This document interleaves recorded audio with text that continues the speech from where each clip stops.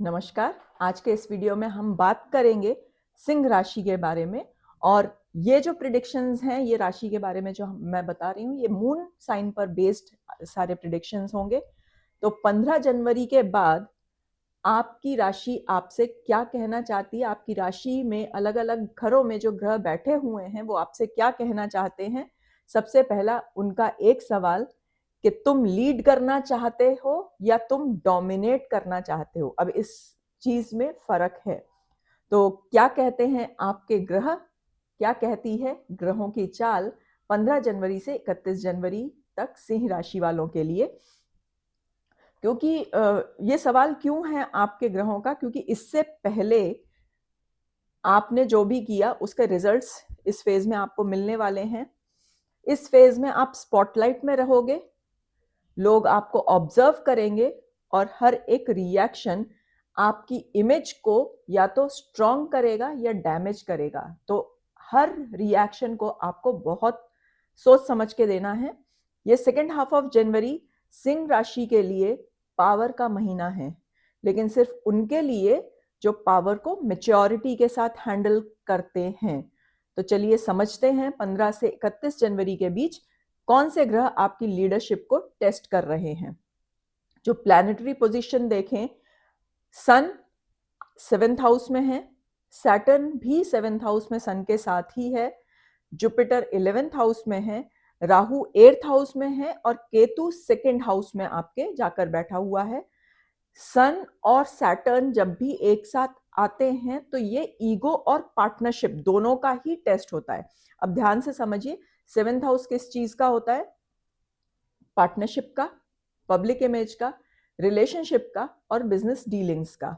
और जब सैटर्न और सन यहां पर आते हैं तो लाइफ आपको क्लियरली कहती है आप अकेले सारी चीजें मैनेज नहीं कर पाएंगे, अकेले राज नहीं होता, सबको साथ लेकर चलना भी जरूरी है।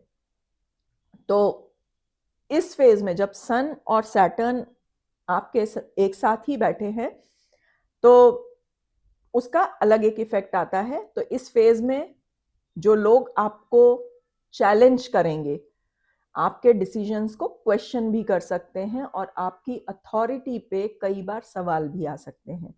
तो यहाँ पर एक कन्फ्लिक्ट क्रिएट हो सकता है ईगो और पावर का।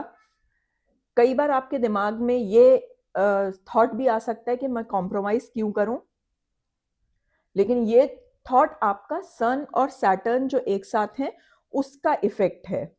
सैटर्न यहां पर क्लियरली आपको बताएगा कि अगर आपको रिस्पेक्ट चाहिए तो आप किसी से डिमांड नहीं कर सकते। आप अगर कंसिस्टेंटली काम करते रहेंगे तो आपको रिस्पेक्ट अपने आप मिलेगी। तो थोड़ा सा ईगो कम करना है और मेच्योरिटी से चीजों को हैंडल करना है। करियर और प्रोफेशन की बात करें तो सन और सैटर्न अगेन वही चीजें एक साथ 7th हाउस में बैठे हुए हैं। तो पब्लिक डीलिंग्स ये इंपॉर्टेंट हैं इस टाइम पर। क्लाइंट डीलिंग पब्लिक के साथ, क्लाइंट्स के साथ कॉन्ट्रैक्ट और एग्रीमेंट करेंगे तो वो प्रॉपरली देख समझ के करिएगा। अगर कहीं पर भी छोटी सी गलती अगर आपने की, चीजों को ओवरलुक कर दिया, तो वो आपकी पब्लिक इमेज को डैमेज कर सकता है। तो बिजनेस ओनर हो या कंसल्टेंट हो या पब्लिक को जो फेस करते हैं उस रोल में अगर आप हो तो ये बहुत इंपॉर्टेंट फेज है, डिसिसिव फेज है। जुपिटर आपके 11th हाउस में बैठा हुआ है। 11th हाउस में जुपिटर क्लियरली कहता है कि आपको चीजों से फायदा गेन्स हो सकता है, नेटवर्किंग आपकी बढ़ेगी और सीनियर्स से आपको सपोर्ट मिलेगा। सीनियर्स में गुरु हो सकते हैं, अगर आप स्टूडेंट हैं तो जॉब में हैं तो आपके बॉस हो सकते हैं, बिजनेस में हैं तो आपके जो कमिटीज या जो ग्रुप्स यूनियंस रहते हैं उनके जो सुपीरियर पोजीशन पे बैठे हुए लोग हैं उनसे आपको सपोर्ट मिलेगा। तो यहाँ पर आपको ध्यान रखना है कि आपको अपने ईगो को बीच में नहीं लेके आना है। पावर स्ट्रगल्स हो सकते हैं, ऑफिस पॉलिटिक्स हो सकती है, लेकिन इनसे थोड़ा सा बचकर आप चलिएगा। बोलने से पहले, किसी पे कमेंट करने से पहले, कोई कमिटमेंट देने से पहले थोड़ा सा सोच लीजिएगा। रिएक्शंस नहीं, रिस्पॉन्स देना है। रिएक्शन जो तुरंत दिया जाता है, रिस्पॉन्स जब सोच के आप जवाब देते हैं वो रिस्पॉन्स कहलाता है, तो रिस्पॉन्स देना है, रिएक्शन नहीं। वहीं जुपिटर जो 11th हाउस में है वो आपकी इनकम अपॉर्चुनिटीज भी बढ़ाने वाला है। आपको हो सकता है एक सोर्स से ज़्यादा सोर्सेस से इनकम मिले, और जो एक कहा है कि सपोर्ट जो आपको सुपीरियर्स से और आपके नेटवर्क से, उसके भी बहुत अच्छे चांसेस इस फेज में बन रहे हैं।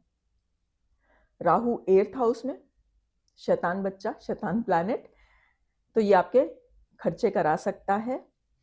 कुछ फाइनेंशियल इश्यूज जो पास्ट में थे वो फिर से सरफेस हो सकते हैं। देखिएगा इंश्योरेंस या टैक्स से रिलेटेड कुछ चीज़ें निकल के आए।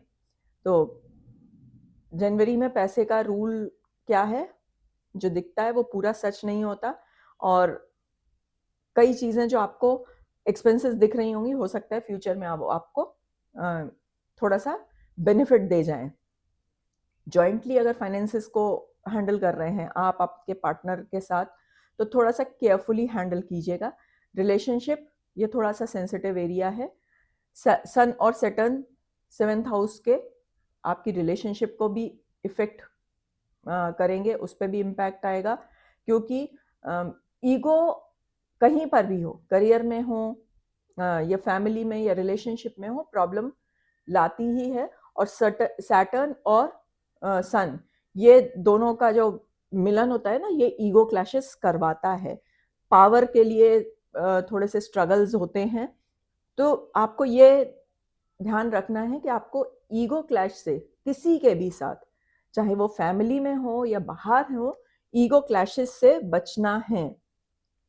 चीज़ों को मैच्योरिटी के साथ हैंडल करना है। कई जगह आपको ये फील होगा कि मैं क्यों झुकूं, लेकिन झुक जाना आपके लिए इस ड्यूरेशन में फ़ायदेमंद ही रहेगा। रिलेशनशिप, सीधी बात है कि रिलेशनशिप में जीतता वही है जो थोड़ा हार जाता है, थोड़ा झुक जाता है। तो इस चीज़ को थोड़ा सा ध्यान में रखकर आप चलिएगा। हेल्थ की अगर बात करें तो बीपी हो सकता है, इसीलिए stress, power struggle, office politics में नहीं पड़ना है। बैक पेन थोड़ा बहुत हो सकता है, और जब ये सारे चीज़ें, ऑफिस पॉलिटिक्स और ईगो, ये सारी चीज़ें जो दिख रही हैं, इसकी वजह से स्ट्रेस रिलेटेड इशू भी आपको हो सकते हैं। तो अथॉरिटीज़ के साथ जब डील करें तो बहुत आराम से, बहुत ईगो पे ना लेते हुए चीज़ों के साथ डील करें। थोड़ा सा फिजिकल एक्टिविटी करें, जिससे आपको जो स्ट्रेस या सारी चीज़ें हैं वो आपकी फिजिकल एक्टिविटीज़ से भी आप दूर कर सकते हैं। लाइक फिजिकल एक्टिविटीज़ यहाँ पर सिंपल वॉकिंग और थोड़ा बहुत एक्सरसाइज से मतलब है, बहुत ज़्यादा रिगरस एक्सरसाइज नहीं करनी है। ईगो ट्रिगर्स अगर आते हैं, कोई आपकी ईगो को ट्रिगर करता है, तो वहाँ पर साइलेंस बना के रखना ज़रूरी है। और एक ग्रैटिट्यूड अगर आप प्रैक्टिस करना शुरू करें तो वो आपके लिए बहुत हेल्पफुल होगा। अब ग्रैटिट्यूड क्या होता है कि पूरे दिन भर में आपको जो भी चीज़ें मिली हैं उनके लिए यूनिवर्स को, भगवान को धन्यवाद देना।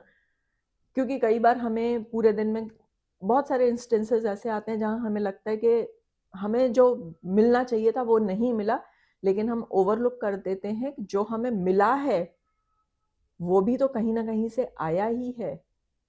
शायद यही अगर हम थॉट बना के रखें तो स्ट्रेस हमारा कम होगा, ईगो इश्यूज भी कम रहेंगे। तो ग्रैटिट्यूड प्रैक्टिस करना शुरू करें।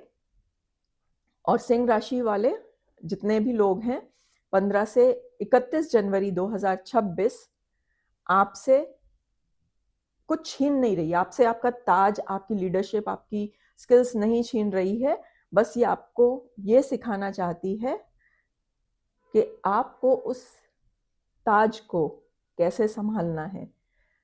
उस ताज को संभालने के लिए कई जगह पे झुकना, कई जगह पे चुप रहना ज़रूरी है। जो इस फेज में ईगो से ऊपर उठ जाएगा उसको रिजल्ट्स फरवरी देकर जाएगा पक्का।